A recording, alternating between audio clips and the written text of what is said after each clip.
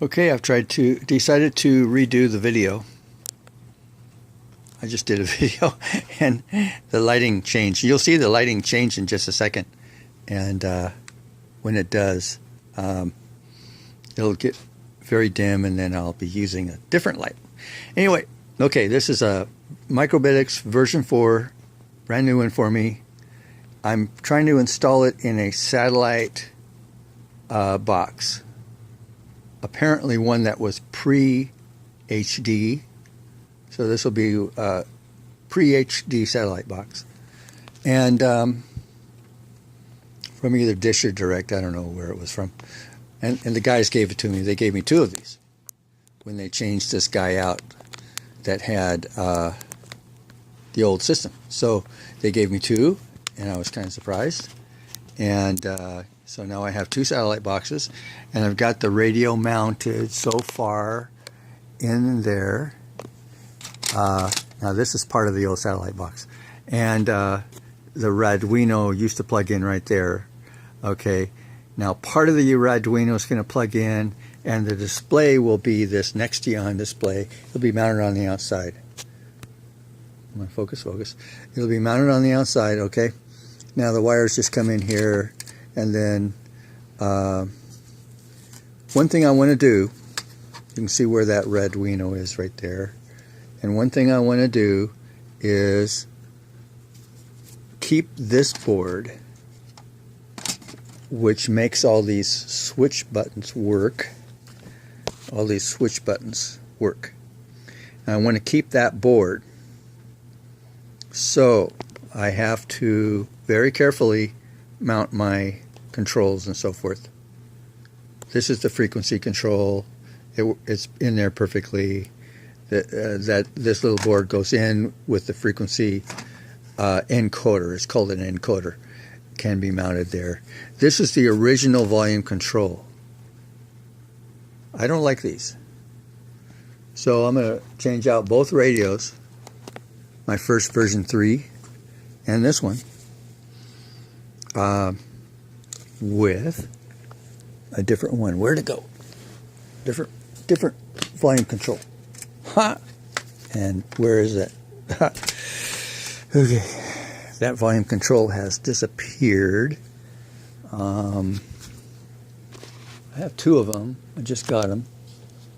They're just nice little volume controls. There it is, with a ferrule type knob. Okay, ferrule knob rather than the original type. So they're much better for my purposes. I like that type of knob. In fact, I have one that's very, very nice. The same color as the special knobs that I ordered for this radio. So yeah, it's got to be fit in very carefully so that it doesn't interfere with all this switching that happens on these switches right here, which I do not want to lose for some crazy reason. I want them to be there. So anyway, that's where I'm at right now. By the way, Alfonso, those are the MOSFET outputs. They're inexpensive MOSFET outputs. See if I can get them to focus here. Focus. Inexpensive MOSFET outputs. Crystal filters, low-pass filter relays with toroids for each low-pass filter frequency, kind of larger toroids for the transmitter, which is kind of strange because they don't all need to handle power, but some of them do. A transmit receive relay, some bias pots for the output. All this is done for you. All this work here is done for you. You do not do any of that. You just take the board and mount it in your favorite box. And so I've done really well with this radio. I have extremely powerful signals using my full wave 80 meter loop that's 265 feet long on 80 meters and other frequencies. I'm loving running 10 watts on HF. It's just amazing. It's so easy to adjust these radios. Upgrade the software is so easy. Plug it in just like you would an Arduino. And you don't have to do a lot of the stuff that the Arduino people do, because they make the files easier so that you can just zap them in. You don't have to do what's known as compiling. You don't have to do that. It's all done for you.